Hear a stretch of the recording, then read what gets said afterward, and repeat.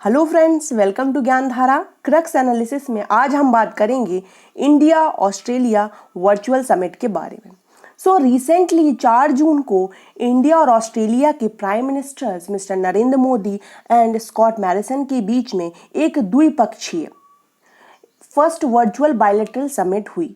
इस समिट में इंडिया की तरफ से मोदी जी के अलावा एस जयशंकर और अजीत डोभाल जी भी यहाँ पर शामिल हुए, क्योंकि हम जानते हैं कि इंडिया और ऑस्ट्रेलिया जो है एक दोस्ताना रिलेशन यहाँ पर शेयर करते हैं और उसी रिलेशन की वजह से हम कह सकते हैं कुछ यहाँ पर एग्रीमेंट्स हुए। टोटल यहाँ पर 9 एग्रीमेंट्स इस समिट के दौरान हुए। इसमें महत्वपूर्ण CSP और MLSA हैं। यदि हम इन्हीं एग्रीमेंट्स की बात करें तो कौन कौन से एग्रीमेंट्स और हुए, तो एग्रीकल्चर को लेकर, साइबर टेक्नोलॉजी को लेकर, ठीक है, मिनरल्स को लेकर भी यहाँ पर कुछ एग्रीमेंट्स हुए। साथ ही साथ इकोनॉमिक कोऑपरेशन, दोनों देशों के बीच में इकोनॉमिक कोऑपरेशन को लेकर भी यहाँ पर कुछ एग्रीमेंट्स हुए हैं। ऑस्ट्रेलिया और इंडिया ने कोविड-19 से लड़ने के लिए और उसकी रिसर्च को बढ़ावा देने के लिए यहाँ पर कुछ फंड भी दिए हैं, तो दोनों देश साथ मिलकर इस पर काम करेंगे। साथ ही साथ ऑस्ट्रेलिया और इंडिया दोनों ने ही इंडो पैसिफिक रीजन को लेकर अपना एक विजन यहाँ पर शेयर किया है और साथ ही साथ अपने कोऑपरेशन को यहाँ पर दर्शाया है इस एग्रीमेंट के जरिए। और दोनों ही देश कॉम्प्रिहेंसिव स्ट्रेटेजिक पार्टनरशिप को भी यहाँ पर अपनाएंगे और सबसे महत्वपूर्ण यहाँ पर हम जो बात करेंगे वो है म्यूचुअल लॉजिस्टिक सपोर्ट को लेकर दोनों देशों के बीच में भी एक महत्वपूर्ण यहाँ पर एग्रीमेंट हुआ है। तो सबसे पहले हम यदि बात करें कॉम्प्रिहेंसिव स्ट्रेटेजिक पार्टनरशिप के बारे में, तो यह एक जो पार्टनरशिप है, यह एक जो भागीदारी है, वो basically highest level institutional mechanism, दो देशों के बीच में एक हाईएस्ट लेवल इंस्टीट्यूशनल मैकेनिज्म की तरह काम करेगी, जिस पर दोनों ही देश किसी एक सेक्टर को लेकर, पर्टिकुलर किसी सेक्टर को लेकर, चाहे वो डिफेंस सेक्टर हुआ, साइंस टेक सेक्टर हुआ या इकोनॉमिक या ट्रेड सेक्टर हुआ, इस पर दोनों मिलकर अपने काम जो है वो साझा करेंगी, साथ मिलकर उसको डेवलप करेंगी।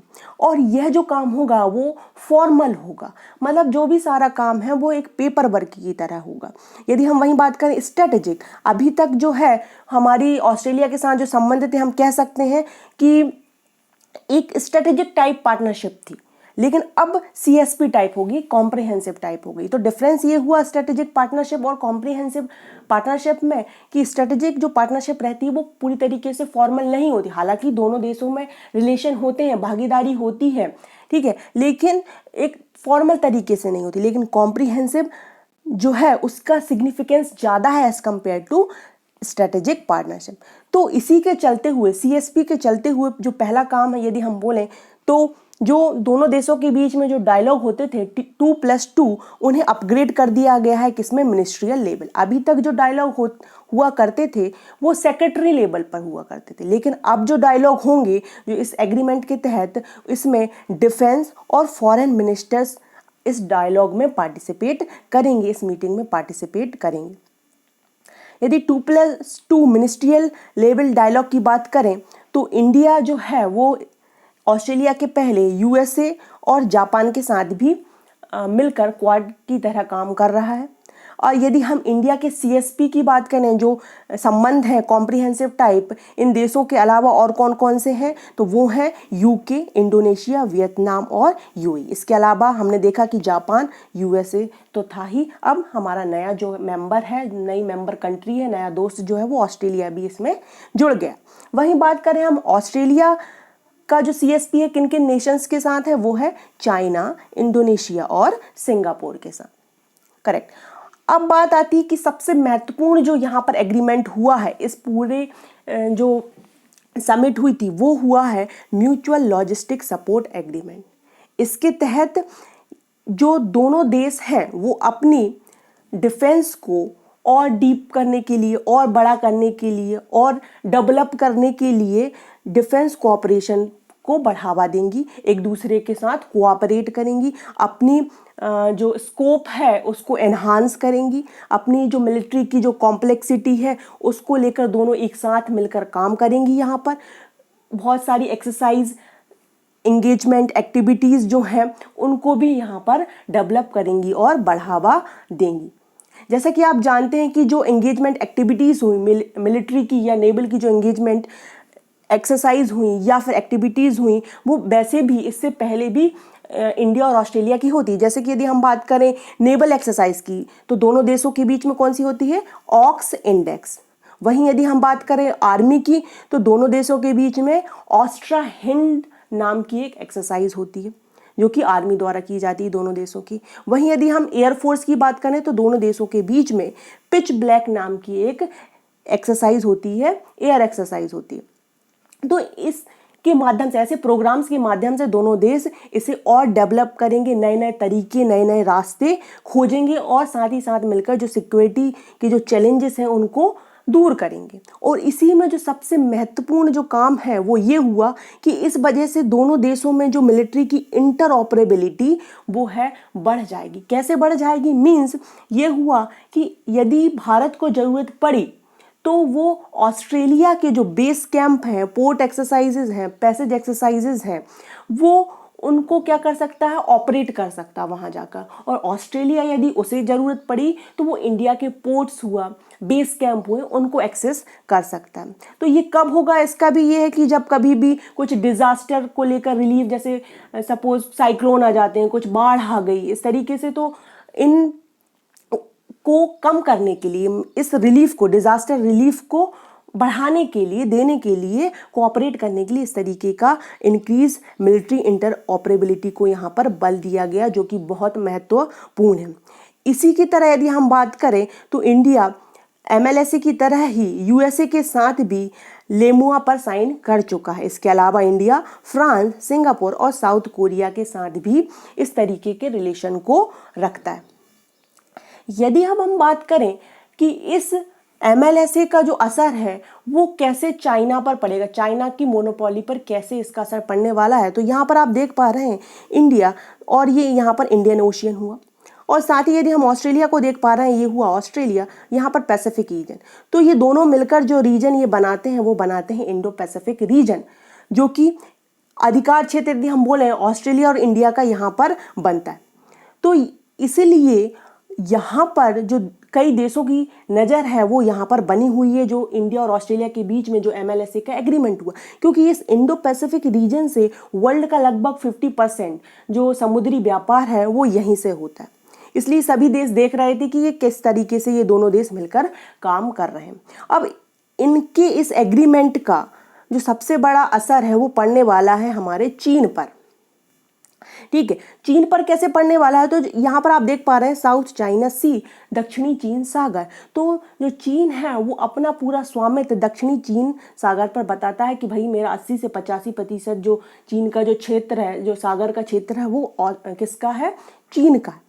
क्यों इस पर अधिकार बता रहे हैं, क्योंकि यहाँ पर पेट्रोलियम, क्रूड ऑयल्स, ठीक है, प्राकृतिक गैस के विशाल भंडार है, और भाई विशाल भंडार है मतलब पैसा बहुत है, इसलिए चाइना कहती है कि ये पूरा क्षेत्र मेरा। हालांकि बहुत सारे देश जो इसके आसपास के हैं, दक्षिणी चीन सागर के, वो इसका विरोध कर रहे हैं।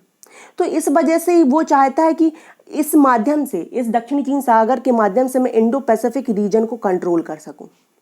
लेकिन अब चूंकि इंडिया और ऑस्ट्रेलिया के बीच में ये द्विपक्षीय संवाद हुआ, समिट हुई, इसके तहत जो एग्रीमेंट हुआ वो कहीं ना कहीं चीन के इस कंट्रोल को क्या कर देगा, अनकंट्रोल कर देगा। मीन्स उसको एक तरीके से रोक सकता है। इतनी इस दो महाशक्तियां चूंकि यहाँ पर जुड़ गई हैं, तो इस चीन की जो मोनोपोली है, जो आक्रामक पॉलिसी है किसी भी चीज़ को लेकर, तो उसे यहाँ पर ये कम कर सकता है। बढ़ते हुए उसके जो चीन का जो विस्तार हो रहा है, बढ़ता हुआ जो चीन की इकोनॉमी है, उसको कहीं ना कहीं यहाँ पर इन दोनों का जो एग्रीमेंट हुआ है वो इसे रोक सकता है। इसलिए ये चीन के लिए भी महत्वपूर्ण हो जाता है और इंडिया और ऑस्ट्रेलिया के लिए तो है ही। और हम कहीं ना कहीं ये कह सकते हैं जो इंडिया और चाइना के बीच में जो रिसेंटली अभी LAC को लेकर जो विवाद चल रहा है, लाइन ऑफ एक्चुअल कंट्रोल को लेकर, तो कहीं ना कहीं ये जो एग्रीमेंट है इंडिया और ऑस्ट्रेलिया का MLSA, वो कहीं ना कहीं इंडिया और चाइना के जो लाइन ऑफ कंट्रोल का जो एक्शंस हो रहे हैं वहाँ पर, है ना, तो उसका ये काउंटर करने के लिए इंडिया ने ऐसा किया है। यदि हम बात करें और कुछ एग्रीमेंट्स को लेकर, तो यहाँ पर इकोनॉमिक कोऑपरेशन एग्रीमेंट्स भी हुआ है। इससे पहले भी इंडिया और ऑस्ट्रेलिया के बीच में इस तरीके के ट्रेड और इकोनॉमी को लेकर यहाँ पर कुछ रिलेशंस थे, लेकिन चूंकि RCEP से इंडिया ने वॉकआउट कर लिया था, उसके अपने कुछ रीज़न थे, तो इस वजह से इन दोनों का जो कनेक्शन था वो टूट गया था ट्रेड को लेकर, व्यापार को लेकर। लेकिन अब जो इंडिया ने ऑस्ट्रेलिया के साथ इकोनॉमिकली भी कोऑपरेट करने का यहाँ पर फैसला लिया है, ताकि दोनों देशों में व्यापार को बढ़ाया जा सके। कुछ एग्रीमेंट की और बात करें तो यहाँ पर एक एग्रीमेंट कोविड-19 पैंडेमिक को लेकर भी हुआ है कि जो भी रिसर्च होगी, ठीक है ना, दोनों ही देश उसको क्या करेंगे, प्रोत्साहित करेंगे। दोनों देशों के बीच में इसको लेकर बातचीत चलती रहेगी कि कैसे इससे निपटा जाए, क्या क्या किया जाए, कौन सी दवाइयाँ हम बोल सकते हैं, या जो भी यहाँ पर रिसर्च होगी दोनों एक दूसरे के साथ यहाँ पर साझा करेंगे। वहीं बात करें हम इंडो पैसिफिक रीजन की, जो कि हमने अभी देखा, इंडो पैसिफिक रीजन को लेकर दोनों देशों के बीच में एक साझा विजन को लेकर यहाँ पर बात बनी है कि दोनों देश ने अनाउंस किया है कि हम जो भी अपॉर्चुनिटीज़ रहेंगी इस क्षेत्र को डेवलप करने के लिए, साथ ही जो भी चैलेंजेस आएंगे वो हम दोनों मिलकर इस पर काम करेंगे। उसके लिए यहाँ पर रोड मैप भी तैयार कर लिया गया। क्योंकि दोनों ही देश मुक्त, खुले व समावेशी व्यापार के पक्षधर हैं, इसलिए वो इसे भी डेवलप करना चाहते हैं और दोनों साथ मिलकर ही इस पर काम करेंगे।